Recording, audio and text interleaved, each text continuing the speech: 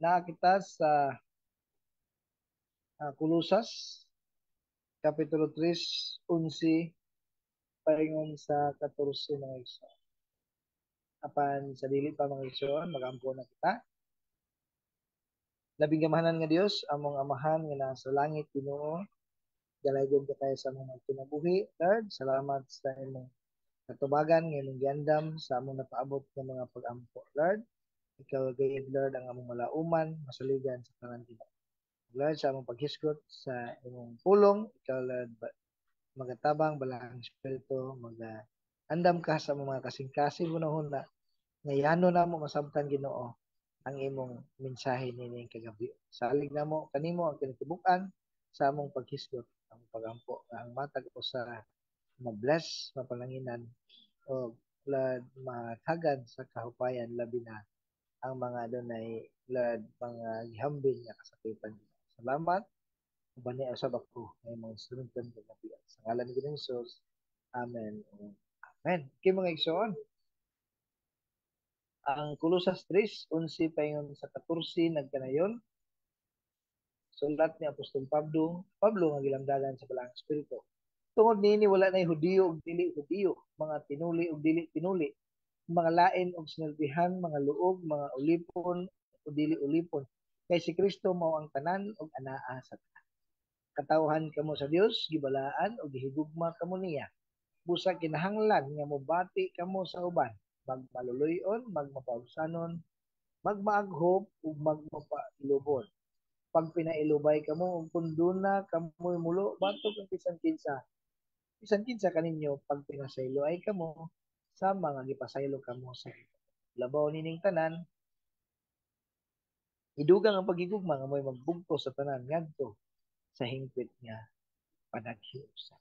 Context ang atong kana ang pulong sa Dios magson nga pagkaisutan o kung context ang atong pagkaisutan niini no, na sulod apil niini ang verse 10 no.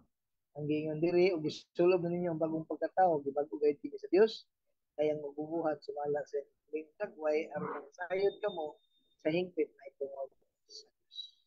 Bagong pagkatao gisulob ang Dios may nag-provide tungod niini ang verse 11 ay din siya ningon na tungod niini wala nay barrier, wala nay babag kung unsa ang matag kaliwat ato ning guluhan kausa ang tanan magtotoo. Kay naa naman tay same new nature no ang matag usa na managsama na ta na naay bag-ong pagkatao. Ang kaliwatan ang dimensyon nga Hudiyo ug dili Hudiyo, Hudiyo o Samaritan naa man sila igap, Egyptian man, Palestinian man, no? Taga Ninibe man, dili na babag nga mag-uban. Sa ato po ni lumad man, badyaw man, no? Taga syudad man, mga foreigner man, mga Pilipino man, Inchik, Amerikano, no? Tanan man. Ang dili Hudyo, gawas ana, hintil man na mga iso. So, sa sumala sa atong nakuha, no? Nga ang nagkadaghan kayo, lain-lain ng mga lingwahe. O top 23 ang social status. Ang language 7,151 dayon top 23 ni ang top ni 23 lang social status of power na ang kultura na ay dimension nga mga tinuli o dili tinuli no? Nakasunod man sa gulaod o wala no? Nakasunod man sa tradisyon o wala basta no? Kay managsama uh, aduna na bagong pagkatao kausa ang tanang magtotoo no? Mga luog man, barbarian, kini sila mga tao nga mag-iisip sila ang mga karaan primitive. Mabangis na sila o gusto nila sa itulogid sa lasang magpuyo sa kagubatan. Kapag ani gimension ani sa English no, Saitian, Saitian. Silang considered worst barbarian. Grabe ka karaan, primitive, no? Lahi og mga sinultihan, uncivilized ulipon o dili ulipon or agalon man or dili helper man o agalon na kinahanglan sa maayong pagtagad kay lagi kasagaran ni ka-abuse ang mga uh, ulipon, no? So, pareha naman nga ulipon ni Kristo, pareha naman nga agalon si Kristo, gialagaran ng Dios, pahimutan ng Dios, kay kausa naman ang tanang magtotoo dayon managsama na adunay bag-ong pagkatao. So dili na angay ang pagpamintaha, dili na angay ang pagpandaw-dao. Gani si uh, si ini si story ni Onesimus ni Philemon, no, na si Onesimo nilayas ni siya, uh, dayon giawhag ni Pablo nga isipon siya karon dili na ingon nga usa ka ulipon kundi uh, minahal nga igsuon na, minahal nga igsuon. Bisan magpadayon ang ilang relasyon as galon o ulipon, mahimo kini sa espiritu sa gubang pagtawag. Sa ang employer or ang agalon, pwede kayo siya maka hold Bible study, no? Prayer meeting sa mga trabahante na mo ginagaytabo, no? Sa ato mga kaubanan, pero na ang respeto bisan nagkalain-lain ng mga pagtuo sa atong simple nga application sa atong nasinatian, no? Ang atong mga kauban, no, na ay mga dating rebelde, no, na ay mga pobre, na ay mga dato, na edukado, na illiterate, no, pero nagkauban kini, no? Dili na ngay mahadlok na mag-uban, inaangay mataha, dili na angay ipakiglain, kay pareho ng Kristiyanon, pareho ng new nature nga gibutang gi-provide sa Ginoo, isuon na diha ang Kristo. Bisan pag nailan nato nga ngilmig mo ni silang mga tawhana, no? Muna sa atong coming Thanksgiving, diha na magtagbo lain-lain mga gawi, mga gidakan, lahi kaliwat katagbo. So wala na tayo nga mataha, mahadlok. No? Sa Kristohanong kinabuhi, doesn't matter kung lahi tagkainta o kaliwat. So, sa una, sa ako, mataha gito, no? Kay lagi pobre ko, no? Kung mga kaigsunan, sagaran ay mga sakyanan, no? Kapag gidasig ko nga sa itong mga kaigsunan, nga nauna na ko nga ang Dios man ang atong isimba, no? Gani si Jesus, mas daghan man niya gipili nga mga kabos, no? So, kita equal nga gibag-o, no? Gitagaan og bagong pagkatao sa Ginoo. Either sa dito man sa akong giministeryuhan na dahil man sila dito, dahil po sa syudad, ang dili na angay uh, na putlo na ang barrier, putlo na ang gap. Okay, so kani nga misis, no, hindot ni siya mahitungod kini sa panagiusa.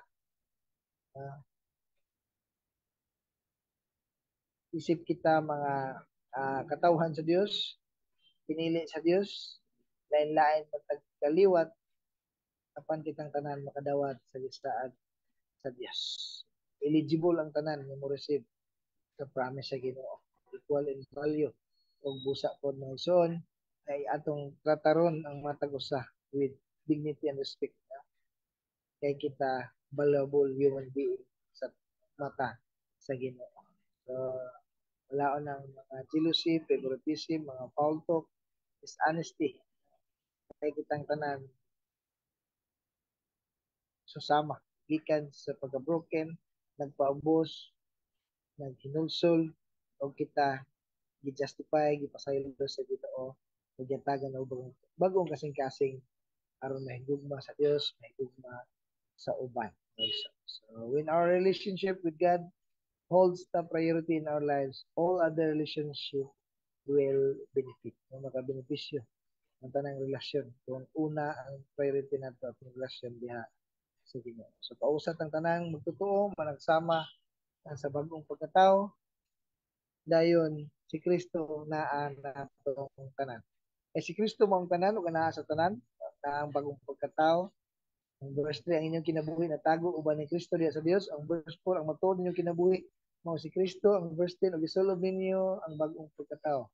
Na si Pablo niingon siya kung dili ni mao ako, si Kristo na ang niya ka na. So muna ang God's image, God's likeness, Christ likeness, muna ang manggawa kanato ang mga Kristohanon kay Kristo naa man natong tanan. So, dili na importante unsa nga klase nga pagkatao, si Kristo na magmatter sa tanan kay siya naa man nato tuyo, no?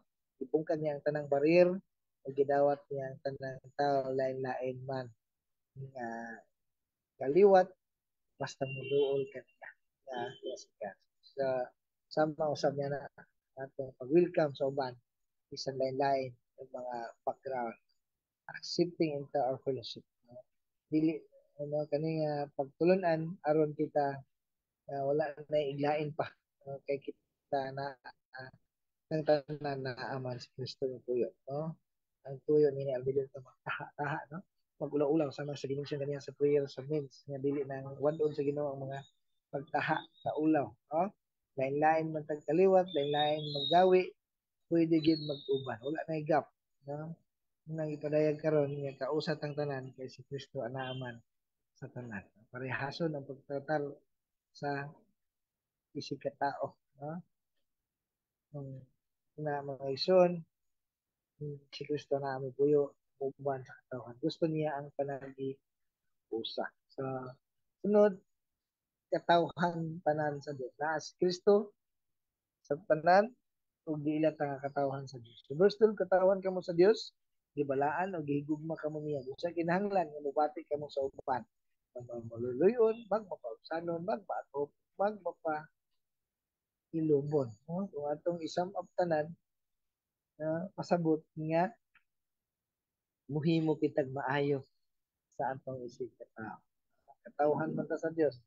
So, dili lang ulipon, dili lang sakop sa Dios kundi iyang giilang nga katawhan, iyang giilang nga anak. Bisag unsa pa ta nga klase nga pagkatao, bisag unsa pa ang atong kahimtang sa kinabuhi. Ang Dios mismo mo nagbuot nga mahimutan niya ang mga anak. Mahimutan niya is chosen. Mahimutan niya own, mahimutan niya set apart, sanctified for His purpose. Iyatang gibalaan, iyatang higugma. Dili pagid alang-alang ang paghigugma. Okay, so love. Grabe ang iyang paghigugma. Kay nasinati man nato ni sa Dios ang iyang paghigugma, dili po nato ni ihikaw sa uban. Ato nang ibutang sa kinasing-kasing na kinahanglan ta mobati ngadto sa uban, magpakita maayong pagtagad sa usa. Daan ang paghatag sa uban kung kini hinatag ra pud sa ato, no? Pareha to na ay naghatag na kog kalabasa, no? Naghatag pud ko. Hinatag man sa ako. Dayon pag-ingon sa akong gipanghatagan, salamat ha. Tubagon din ako. Sa iya lang pasalamat kay gikan mo na sa naghatag. Ha? Sa apan ang ending pagtanaw na ako sa sudlanan kay mukuha nung ako sa kong bahin wala andi ako sa mga so ano gaan ang paghatag kung ihatag ra pud sa tuwa. So ang tuyo anang verse nga itong basa aron kita magmabination sa uban, uh, aron kita muhatag og maayong pagtratar sa uban isip katawhan sa Dios. Okay, so ang Dios may unang nagpabati, kita dapat pabati kaniya sa uban. So hinumduman nato nga kita sakop sa katawhan sa Dios, iyang anak, iyang gibalaan o iyang higugma.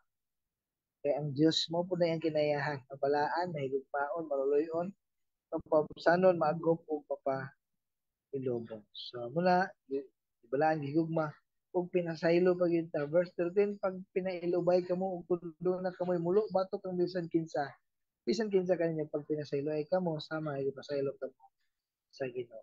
Pag pinailubay kay igsuon, pag pinasaylo ay igsuon ug pareho ra pod nga pinasaylo ang sa prayer ingon nga nagapasaylo kami sa mga nakasala kanamo. Unsa ang gihimo sa Ginoo? Pasaylo man gani ang Dios sa ato usab. Ihatag ang pasaylo ngadto sa mga nakasala kanato. Pinaagi sa paghinumdum nato, hindi sa ta paghatag pasaylo sa Ginoo sa mga kasalanan. Yan minigsoon. So, atong palabyon, papason, kaya ang sala, ang dili, pagpasaylo, sala ka na. Kung modala nagkaligot-got, pagdumot, o pakyas na atong mapakita kinaya sa Diyos. Dili ta mo pasaylo, dili usab kita pasaylo ang sa Diyos. Ug labaw nga dili tubagon ang atong mga prayer kanay sala amoy nakababag. Dili ma-release ang iyang panalangin. Katubangan sa atong pag-abot. Kanahan ba tani ana mga igsoon? Siyempre dili, no? Gusto sa Dios kung magtinguha kita sa pagpasaylo ug pagtabang sa nakasala. Imbes na magtinguha ta pagdumot o panimalos, dili na at dili ang pagpasaylo. Sama na itong atunan karon pailo, pasaylo, sama man usab sa Dios. Ha? Muna ang i-aware ang matag usan, hindi maging malikayan nga na ang kasilo apan gipaandam ta sa pagpailo, pasaylo, pag-abot na ng mga panahon. So, kitang tanan, lisod mo pasayloon, pero gihatag ka na sa Dios. Muna itong hinumduman, yung diyon sa pagpasaylo sa Dios, aron gaan ang atong paghatag sa nini ngadto sa so muna ang kuman, no? Nga magpailog ta og magpasaylo. Paghatag pasaylo kay pinasaylo ra man pud kita. Anay nga nakadawat sa pasaylo, mao ra pud tong makahatag og tinuod nga pasaylo sa kita. Walay tinuod nga kapasayloan ug pagpasiguli sa relasyon hangtod dili ang kunon sa nakasala ng iyang sala. Dapat magpatinud-anon nga mag-usol. Patuod nga nagsubo, hingpit nga pagpag-o karon siya mabalikan sa blessings, no? Kung kinahanglan kita andam mo pasaylo bisan unsa pay kinaiya sa nakasala nato. Kay si Jesus gani mismo ingon siya amahan pasaylo sila. Kay wala sila masayod sa ilang gibuhat, no? Wala na naghulat pa nga magplaster ang mga kasing-kasing sa mga tao. Andam kasing-kasing Jesus sa paghatag pasaylo sa mga tao na kasala. So, di po pasabot nga magtinanga na lang, no?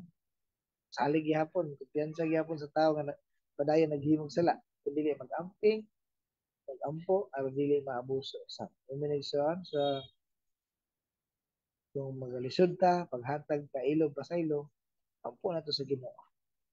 Kay walay malisod sa Ginoo, gamana ng ato. Yes. Siya, gihapon na ang kinaiyahan. Pailobon o pagkasayloon. Ngayon, gugma no alang sa panahiusa. Verse 14, naglabaw ning tanan, idugang ang pagigugma nga may magbugkos sa tanan ngadto sa hingpit nga panaghiusa. Ang importante kay gugma. The greatest of all is love. Faith, hope, and love, but the greatest of all is love. Ang pagigugma sa Dios, kung sa iyang katuyuan nga makita sa pulong, makapahigugma ka nato sa uban. Mo ay susam na susamang tumong o pagbato. Dili pud kay uyunan lang bisag sayop, basta magkahiusa lang, ha? Mas may pag magbulag ta tungod sa sayop, no? Unahon nato ang paghigugma sa Dios. Pag kinahanglan dili makababag sa atong paghigugma sa Dios ang atong paghigugma sa uban. Kung walay gugma, ang tanang gipakita pakarotingnon lang, charity works lang, or naigiapas. Ang tawag nila na ang gugma kini itawag na unselfish love. Maghimo alang sa kayuhan sa uban. Mga kastahanon gidahom higugmaon ang tanang tao. Lakip ang mga kaaway. Atong espesyal ang kaubang pagtotoo. So, atong atunan karon nagugma gyud ang magbugkos sa pangkiusa. Tuyo nini atong ipahari ang gugma sa matag usa. So, diha ta mabugkos, diha ta tapukon, aron dili ta magkatag-katag. Sama sa silig nga gibugkos kitapok, aron dili mabungkag. Idugang ang gugma, gugma gyud ang pangkiusa. Pangkigugma ay kung walay pag sinabtanay gugmara ang espiritu aron mabalik pag sinabtanay. So, sulob ang gugma ug ang uban iplastaran niya sa lugar. Pagbuhat niya na ang mga hiyas, no? Kung walay gugma mo toltol nga to sa garbo, bakat nga bagla Diyos nun, o pakitang tao lang, o yan na, o undang kapag tumaya sa Diyos. Kaya ang Diyos, gugma man, so we should love also. No? Realizing God sa iyang walay kinatuban nga gugma pagpasaylo. Let God nga mabalaka may tungod sa mga sayop na atong giantos. No? Panahon nga natay giantos ng mga kasakitan kaingon ta nga naunsa naman akong sitwasyon himuha nga ang Dios na anak bahala. Ayaw siki ang atong mga pinabuhi sa mga kagubot sa palibot, no? Be renewed in love. Maon magmalipayon diha sa Dios. Loving Christians work together despite their differences.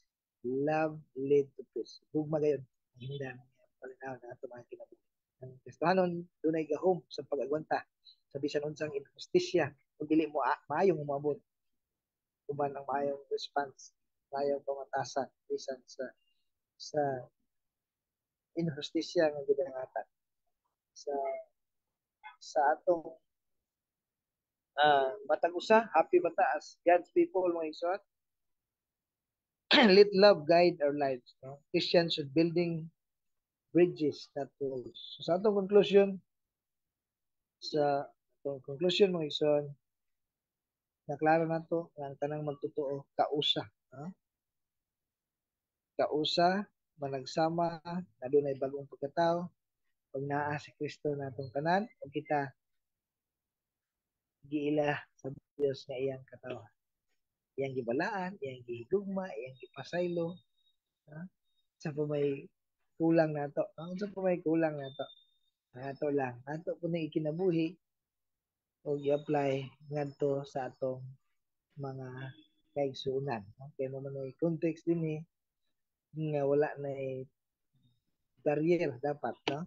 Isip mga Kristohanon. So kung kana ang context apan kakuhanon sa nato ni sa panahon sa atong mga kalisdanan, hinumduman nato nga si Kristo anaa ka natong tanan, hinumduman nato kita katawhan sa Dios, dili dili gid na pasagdan sa atong Dios. Yang saad nga dili ko mabiyaan o talikdan, no? So sa malisod nga paghatag paghigugma sa atong isig katawo, pagpasaylo, pagpailog atong hinumduman nga naa si Kristo may gahom sa pagbag-o kanato. Ato lang tugutan siya nga mo gahom mo overpower dinhi sa atong mga kinabuhi ug patingala lang ta sa resulta sa atong pagkinabuhi.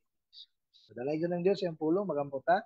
Labing kamahanan nga Dios, among amahan, daghang salamat Lord God sa imong pulong nga naamong na nadungog karon among pagampo balang espiritu nga mga pahinumdum ka sa sa among pagkinabuhi nga among kining apply masinati ug amo sa mapabati sa uban labi na ang pananghiusa bisag unsa man ang klase nga kaliwat bisag unsa man ang pamatasan kaya ang matag usa kausa diha sa Dios anaa sa Kristo o giilan nimo mga katawan sakop nimo mga katawo salamat Dios dayon ka ka magpalangin ka sa ngalan ni Jesus. Amen. Amen.